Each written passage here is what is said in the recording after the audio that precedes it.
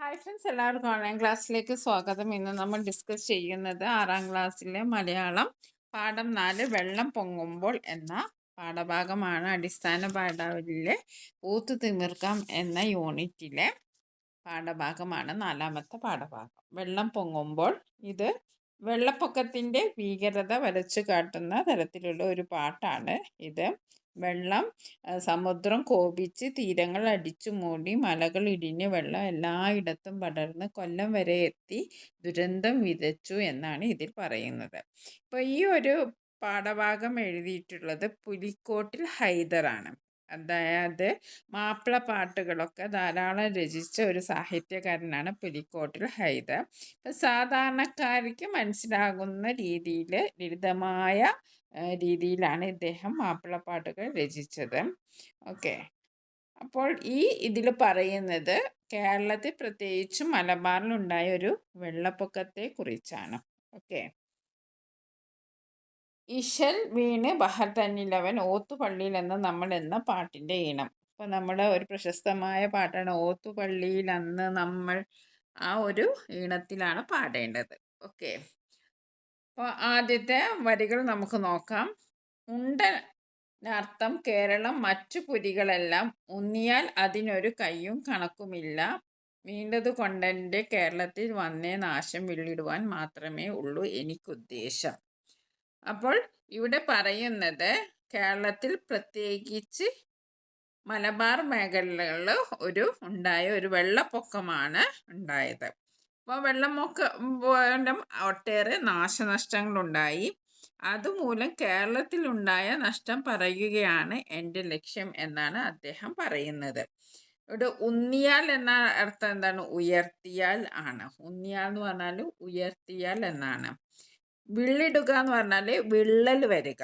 Okay, അപ്പം നമുക്ക് ഈ പാട്ട് പ്രകൃതി ദുരന്തത്തിൻ്റെ, അതായത് വെള്ളപ്പൊക്കം, മനുഷ്യൻ്റെ അനിയന്ത്രിതമായ വികസനം, പ്രകൃതിനാശം, അതിൻ്റെ പ്രത്യാഘാതം എന്നിവയെ ശക്തമായി ആവിഷ്കരിക്കുന്ന ഒരു കവിതയാണ്.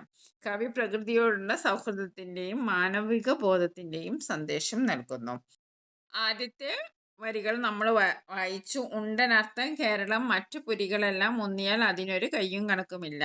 അപ്പോൾ മനുഷ്യൻ്റെ അഹങ്കാരത്തെയും ആധുനിക വികസനം എന്ന നിലയിൽ നടക്കുന്ന പ്രകൃതി നൈരാശ്യത്തെയുമാണ് കവി ഇതിൽ പറയുന്നത്. പ്രകൃതിയെ വെല്ലുവിളിച്ച് മനുഷ്യന് വികസനം നടക്കുമ്പോൾ അതിന് വലിയ വില കൊടുക്കേണ്ടി വരും എന്നാണ് പറയുന്നത്. ഇനി അടുത്തത്, കുണ്ടിടിഞ്ഞ ആളപായം വന്ന് അട്ടപ്പാടി കൂറുവാൻ കുറ്റാടിയും ജബൽ ഉതിർന്ന് ചാടി അണ്ട പോലെ നാടുകാണി വീണിടിഞ്ഞു കൊണ്ടേ അങ്ങുമിങ്ങും പോക്കും വരവും മുടങ്ങിയിട്ടുണ്ട്. അപ്പോൾ അദ്ദേഹം പറയുന്നത് കനത്ത മഴ മൂലം എവിടേക്കാണ് നാശനഷ്ടമുണ്ടായത്? അട്ടപ്പാടി, അതേപോലെ തന്നെ കുറ്റ്യാടി, നാടുകാണി തുടങ്ങിയ സ്ഥലങ്ങളിലൊക്കെ നാശനഷ്ടമുണ്ടായി. അട്ടപ്പാടിയിൽ എന്താണ്? കുണ്ടിടുക എന്ന് പറഞ്ഞാൽ ഇടിഞ്ഞ് താഴെ വീഴുക. അട്ടപ്പാടിയിൽ കുണ്ടിടിഞ്ഞിട്ട് ആളപായം ഉണ്ടായിട്ടുണ്ട്. പിന്നെ അതേപോലെ തന്നെ ഇവിടെ ഒരു ജബൽ ഉതിർന്ന് ചാടി എന്ന് പറഞ്ഞാൽ എന്താണ്? മല പൊട്ടി പൊങ്ങി വരിക, അതിനെയാണ് ജബൽ ഉതിർന്ന് ചാടി എന്ന് പറയുന്നത്. അപ്പോൾ വേറെ ഇവിടെ പറയാം, അങ്ങും ഇങ്ങും പോക്കുവരവും. അണ്ട പോലെ എന്ന് പറഞ്ഞാൽ വട്ടം പോലെ, ചുരുണ്ട പോലെ എന്നാണ് അർത്ഥം. അങ്ങും ഇങ്ങും പോക്കുവരവും മുടങ്ങിയിട്ടുണ്ട്. അപ്പോൾ അങ്ങോട്ടുള്ള ഇങ്ങോട്ടുള്ള പോക്കുവരവും ഒക്കെ മുടങ്ങിയിട്ടുണ്ട് എന്നാണ് പറയുന്നത്. ഉണ്ണുവാൻ കേക്കമലയിൽ നിന്ന് വന്ന പാമ്പ് ഒഴുകി അങ്ങൊരു മരത്തിന്മേൽ അടിച്ചു കേമ്പ്. പിന്നെ വന്ന് ഊക്കനായ ഒരു മുതല പൊങ്ങി വീണടിച്ചു പോണ പോത്തും കൂട്ടിനെ വിഴുങ്ങി. കിഴക്കൻ മലയിൽ നിന്ന് വന്ന പാമ്പ് ഒഴുകി ഒരു മരത്തിൽ വന്നടിച്ചിട്ടുണ്ട് എന്നാണ് ഈ വരികളുടെ അർത്ഥം. കിഴക്കൻ മലയിൽ നിന്ന് വന്ന പാമ്പ് ഒഴുകി അങ്ങൊരു മരത്തിന്മേൽ അടിച്ചു കേമ്പ്. ഓക്കെ, അതേപോലെ തന്നെ കിഴക്കമലയിൽ വന്ന പാമ്പ് ഒഴുകി ഒരു മരത്തിൽ വന്നിടിച്ച വെള്ളത്തിൽ ഒഴുകിയൊരു മരച്ചില്ല പാമ്പ് പിടിച്ചു മുറുക്കുന്നു. പിന്നെ വലിയൊരു മുതല ഒലിച്ചു വന്ന് പോത്തുകുട്ടിയെ വിഴുങ്ങി. അതാണ് ഇവിടെ പറയുന്നത്. പിന്നെ വന്ന് ഊക്കനായ ഒരു മുതല പൊങ്ങി വീണൊലിച്ചു പോണ പോത്തും കുട്ടിനെ വിഴുങ്ങി. കൂറുവാൻ കടക്കരയിൽ കുണ്ടായിടേ ഉപദ്രം കോപമായി വെള്ളം അടിച്ച് കയറ്റിയിടേ സമുദ്രം മോറി ഊറ്റിയ വിധം തിരുവിതാംകൂറെല്ലാം മൂടി കൊല്ലത്തും പറയാം ഉണ്ടനേക്കം തല്ലാം. അപ്പോൾ എന്താ പറയുന്നത്, കടൽക്കരയിലും നാശനഷ്ടങ്ങൾ ഉണ്ടായി. കടൽ കോപിച്ച് കരയിലേക്ക് വെള്ളം അടിച്ചു കയറി. തെക്കൻ കേരളത്തിൽ, അതായത് തിരുവിതാംകൂറിൽ ഒക്കെ വളരെയധികം നാശനഷ്ടം ഉണ്ടായി. കൊല്ലം ജില്ലയിലും ഒട്ടനവധി നാശനഷ്ടങ്ങൾ ഉണ്ടായി എന്നാണ് പറയുന്നത്. ഓക്കെ. മോറി ഊറ്റിയ എന്ന് പറഞ്ഞാൽ എന്താ, പടർന്ന് പിടിച്ച എന്നാണ് അർത്ഥം. കൂറുവാൻ എന്ന് പറഞ്ഞാൽ കോപിപ്പിക്കാൻ, പ്രകോപിക്കുക.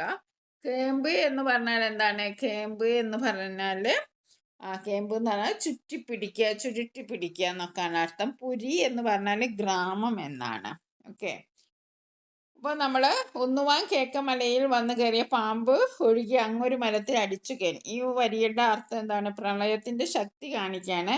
വെള്ളം പൊങ്ങുമ്പോൾ പാമ്പുകൾ പോലും ഒഴുകി കൊണ്ടുപോകുന്നു എന്നാണ്. കൂറുവാൻ കടൽക്കരയ്ക്കുണ്ടായി ഉപദ്രം, കോപമായി വെള്ളം അടിച്ച് കയറ്റിയിട്ട് സമുദ്രം മോറി ഊറ്റിയ വിധം. ഇതിൻ്റെ അർത്ഥം എന്താണ്, കടലും തീരവും തമ്മിൽ കോപമായി ഏറ്റുമുട്ടുന്നു. സമുദ്രം തീരങ്ങൾ തകർത്തൊഴുകുന്നു. കടൽക്കര പ്രദേശങ്ങൾ മുഴുവൻ വെള്ളത്തിൽ മുങ്ങി ദുരിതത്തിലാവുന്നു. തിരുവിതാംകൂറെല്ലാം മൂടി കൊല്ലത്തും വരെ ഉണ്ടനേകം തൊല്ല. കേരളം മുഴുവൻ വെള്ളപ്പൊക്കത്തിൽ മുങ്ങി പോയിരിക്കുന്നു. കൊല്ലം ഉൾപ്പെടെ അനേകം പ്രദേശങ്ങളിൽ പറയാനാവാത്തത്ര ദുരിതം അനുഭവപ്പെട്ടിരിക്കുന്നു.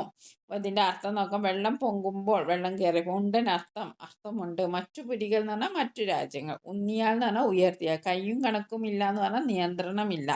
വിണ്ടത് കൊണ്ടെൻ്റെ, തകർത്തത് കൊണ്ട്. നാശം എന്ന് പറയുന്ന വിനാശം അല്ലെങ്കിൽ തകർച്ച.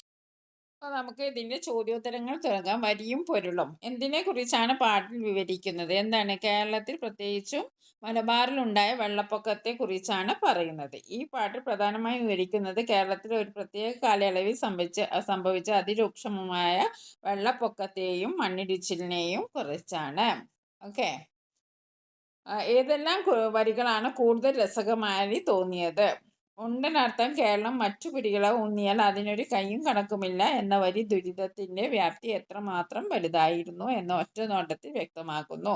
കേരളത്തിലുണ്ടായിരുന്ന കനത്ത നാശനഷ്ടങ്ങൾ, ജീവഹാനി, ഗതാഗത സ്തംഭനം, തീരദേശങ്ങളിലെ കടൽക്ഷോഭം എന്നിവയെല്ലാം കവി എണ്ണി പറയുന്നു. ദുരിതത്തിലായ കേരളത്തെക്കുറിച്ചുള്ള തൻ്റെ ഉത്കണ്ഠയാണ് ഈ വിവരണത്തിന് പിന്നിലെ പ്രേരക ശക്തിയെന്ന് കവി സൂചിപ്പിക്കുന്നു. അപ്പോൾ ഇതിൽ നിങ്ങൾക്ക് ഇഷ്ടപ്പെട്ട വരികൾ ഏതൊക്കെയാണ്? ഒരുപാട് വരികളുണ്ട്. നിങ്ങൾക്ക് ഇഷ്ടപ്പെട്ട ഏതാണോ അത് എഴുതുക. അപ്പോൾ ദുരിതത്തിൻ്റെ ചിത്രം വരച്ചു കഴിഞ്ഞ് കവി ഉപയോഗിച്ച വരികൾ അതീവ ആകർഷണമാണ്. പ്രദേശാധിഷ്ഠിതമായി നാശനഷ്ടങ്ങൾ രേഖപ്പെടുത്തിയ വരികൾ ശ്രദ്ധേയമാണ്. ഇതിൽ കൂണ്ടിടിഞ്ഞ ആളഭയം വന്ന അട്ടപ്പാടി കൂറുവാൻ കുറ്റാടിയും ജബൽ ഉതിർന്ന് ചാടി എന്ന ഒരു വരി വളരെയധികം മനോഹരമാണ്. അതിൽ എന്താ പറയുന്നത്, മണ്ണിടിച്ചിലും കുന്നിൻ മുകളിലെ കെട്ടിടങ്ങളുടെ തകർച്ചയും എത്രത്തോളം ആഴത്തിൽ നാശം വിധിച്ചു എന്ന് കാണിക്കുന്നു. പിന്നെ അതേപോലെ പ്രകൃതിയുടെ രൗദ്രഭാവം അനാവരണം ചെയ്യുന്ന പിന്നെ വന്ന് ഊക്കനായൊരു മുതല പൊങ്ങി വീണടിച്ചു പോണ പോത്തും കുട്ടിനെ വിഴുങ്ങി എന്ന വരി എന്ന് പറയുന്നത് അതും ആകർഷകമാണ്.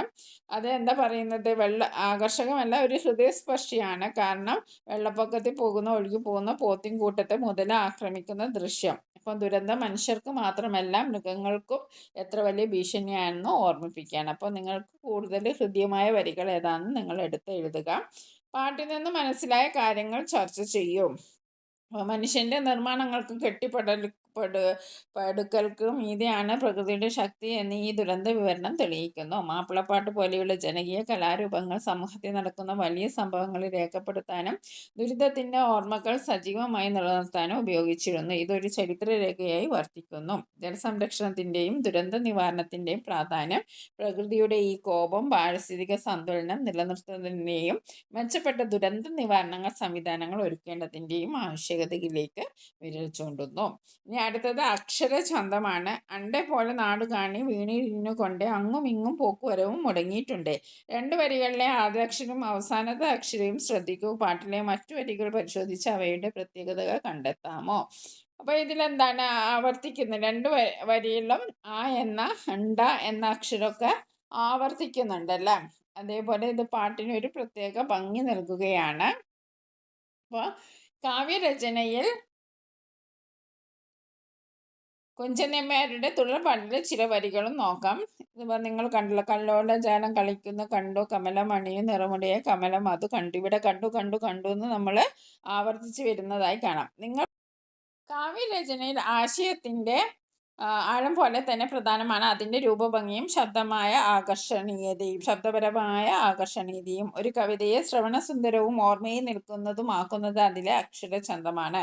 അതായത് അക്ഷരങ്ങളുടെയും ശബ്ദങ്ങളുടെയും ആവർത്തനത്തിലൂടെ സൃഷ്ടിക്കുന്ന പ്രാസവും താളവും. ഈ അക്ഷരചന്തത്തിൻ്റെ ഉത്തമ ഉദാഹരണങ്ങൾ പുലിക്കോട്ടിൽ ഹൈദരിൻ്റെ വെള്ളപ്പൊക്കും മാലയിലും കുഞ്ചൻ നമ്പ്യാരുടെ കല്യാണ സൗഗന്ധിക ശീതങ്കത്തുള്ളലിലും കാണാം. വെള്ളപ്പൊക്കമാലയിലെ അണ്ട പോലെ നാടുകാണി വീണിടിഞ്ഞു കൊണ്ട് അങ്ങും ഇങ്ങും പോക്കുവരവും മുടങ്ങിയിട്ടുണ്ട് എന്ന വരികളിൽ ആ എന്ന ആദ്യാക്ഷരം ആവർത്തിക്കുന്നതിലൂടെ ഈ ഒഴുക്ക് സൃഷ്ടിക്കുന്നു. അതേപോലെ ഉണ്ടനർത്ഥം ഉന്നിയാൽ വിണ്ടതുകൊണ്ട് വിള്ളിടുവാൻ എന്നിവങ്ങളിലെ ആദ്യാക്ഷര ആവർത്തനങ്ങൾ പാട്ടിന് സംഗീതാത്മകമായ ഒരു പശ്ചാത്തലം നൽകുന്നു. എന്നാൽ കുഞ്ചൻ നമ്പ്യാർ അക്ഷരങ്ങളുടെ ഈ കളി മറ്റൊരു തലത്തിലേക്ക് ഉയർത്തുന്നു. തുള്ളൽ പാട്ടുകളിൽ കാണുന്ന ദ്വിതീയാക്ഷര പ്രാസമാണ് ഇത്. പ്രധാന കല്ലോലജാലം കളിക്കുന്ന കണ്ടു കല്യാണിമാരും കുളിക്കുന്ന കണ്ടു എന്നീ വരികളിൽ രണ്ടാമത്തെ അക്ഷരമായ ല ആവർത്തിക്കുന്നത് താളത്തിന് ദൃഢത നൽകുന്നു. അതോടൊപ്പം ക എന്ന അക്ഷരം ആവർത്തിച്ചു വരുന്നതിലൂടെ വരികൾക്ക് ആകർഷകമായ ഒരു താളക്രമം കൈവരുന്നു. ഇത് തുള്ളൽ കലകളുടെ അവതരണത്തിന് നിർണായകമാണ്. കവിതയ്ക്ക് ഒരു സംഗീതത്തിന്റെ ഭാവം നൽകാൻ ഈ ആവർത്തനങ്ങൾക്ക് കഴിയുന്നുണ്ട്. ഇത് വായനക്കാരന് ചൊല്ലാനും കേൾക്കാനും കൂടുതൽ ഇമ്പം നൽകുന്നു. ഇനി അടുത്ത ചോദ്യം നോക്കാം. പാട്ടരങ്ങാണ്. ഇപ്പോൾ മാപ്പിളപ്പാട്ടിൻ്റെ പല അനുഭവങ്ങളും ജീവിത സന്ദർഭങ്ങളും വിവരിക്കുന്നുണ്ട്. അപ്പോൾ ചില മാപ്പിളപ്പാട്ട് ശേഖരിക്കാനാണ് പറഞ്ഞിരിക്കുന്നത്. ഓക്കെ, അപ്പോൾ നിങ്ങൾക്ക് അറിയാവുന്ന മാപ്പിളപ്പാട്ടൊക്കെ നിങ്ങൾ ശേഖരിക്കുക. ഇനി അടുത്തത് എന്തെന്ത് പ്രയോഗങ്ങൾ. മോറ് ഊറ്റിയ വിധം തിരുവിതാംകൂറെല്ലാം. അടിവരയിട്ട പദം ശ്രദ്ധിക്കൂ. മോറുക, ഊറ്റുക എന്നിവ നാട്ടുഭാഷാ പദങ്ങളാണ്. ഇതുപോലെ മറ്റു പദങ്ങൾ പാട്ടിലുണ്ടോ? നിങ്ങളുടെ നാട്ടിലെ നാടൻ പദങ്ങളും പ്രയോഗങ്ങളും കണ്ടെത്തി. എന്താണ് മോറി ഊറ്റിയ വിധം എന്ന് പറഞ്ഞാൽ എന്താണ്? വറ്റിക്കുക, മോറുക. മോറുക എന്ന് പറഞ്ഞിട്ട് കഴുകുക എന്നൊക്കെ അർത്ഥമുണ്ട് അല്ലേ? അപ്പോൾ വറ്റിക്കുക, വെള്ളം വലിച്ചിടുക എന്നൊക്കെയാണ് അർത്ഥം. ഇവിടെ പ്രകൃതി തിരുവിതാംകൂറിനെ വറ്റിച്ചെടുക്കുന്നത് പോലെ വെള്ളം മുക്കിക്കളഞ്ഞു എന്നും സൂചനയുണ്ട്. ഊറ്റുക എന്ന് പറഞ്ഞാൽ എന്താണ്? ചോർത്തിയെടുക്കുക അല്ലെ ഊർന്നിറങ്ങുക എന്നൊക്കെയാണ് അർത്ഥം. വെള്ളം ശക്തമായി കറിയെല്ലാം എടുത്തു മാറ്റുന്നതിനെയാണ് ഇവിടെ സൂചിപ്പിക്കുന്നത്. അപ്പം ചില പദങ്ങൾ നമുക്ക് നോക്കാം. പൊര എന്ന് പറഞ്ഞാൽ വീട് എന്നാണ് അർത്ഥം. വജ്ര എന്ന് പറഞ്ഞാൽ പാകം ചെയ്യുക. കാച്ചി എന്ന് പറഞ്ഞാൽ പെട്ടെന്ന്. ചെക്കൻ ആൺകുട്ടി. വിഷമം വിശപ്പ്. ഒക്കം എല്ലാം. കൈയിട്ട് വാരി എന്ന് പറഞ്ഞാൽ ധൃതി ഭക്ഷണം കഴിക്കുക. ഓക്കെ, അപ്പോൾ ഇത്രയാണ് ചെറിയൊരു പാഠഭാഗമാണ് ഉള്ളത് നമുക്ക്. അപ്പോൾ അതിൽ കുറച്ച് പ്രവർത്തനങ്ങളേ ഉള്ളൂ. വെള്ളം പൊങ്ങുമ്പോൾ എന്നത് വെള്ളപ്പൊക്കത്തിൻ്റെ ഭീകരത വരച്ചു കാട്ടുന്ന ഒരു പാഠഭാഗമാണ്. ഇത് എഴുതിയിരിക്കുന്നത് പുലിക്കോട്ടിൽ ഹൈദരാണ്. അപ്പോൾ നിങ്ങൾക്ക് ഈ വീഡിയോ ഇഷ്ടപ്പെട്ടെങ്കിൽ ലൈക്ക് ചെയ്യുക. നിങ്ങൾ ആദ്യമായിട്ടാണ് ഈ വീഡിയോ കാണുന്നതെങ്കിൽ ഒന്ന് സബ്സ്ക്രൈബ് ചെയ്ത് സപ്പോർട്ട് ചെയ്യുക. താങ്ക്